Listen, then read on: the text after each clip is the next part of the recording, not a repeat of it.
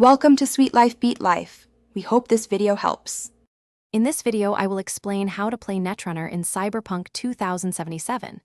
To begin netrunning, simply aim at a hackable object or enemy and press the designated scan button.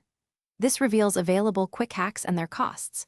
You'll see options like ping to reveal enemies or short circuit for direct damage. Choose your quick hack wisely based on the situation, considering your RAM capacity. This initial scan is crucial for planning your next move. Once you've scanned your target, select a quick hack from your available options.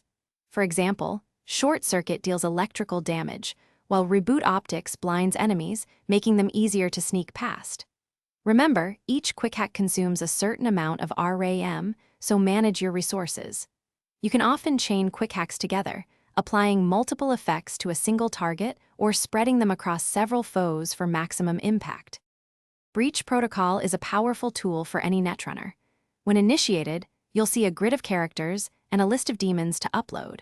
Your goal is to select a sequence of characters that matches the demon codes, moving horizontally or vertically.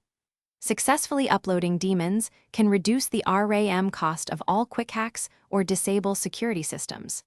It's a puzzle that rewards careful planning and quick thinking, offering substantial benefits for your hacking endeavors. To truly excel as a netrunner, focus on upgrading your cyberdeck, which boosts your RAM capacity and quick hack slots. Investing in the intelligence attribute and its associated perks will significantly enhance your quick hack damage and breach protocol effectiveness. Always consider a stealthy approach. Pre-hacking enemies with contagion or overheat before combat can turn the tide. Experiment with different quick hack combinations to find what works best for your playstyle.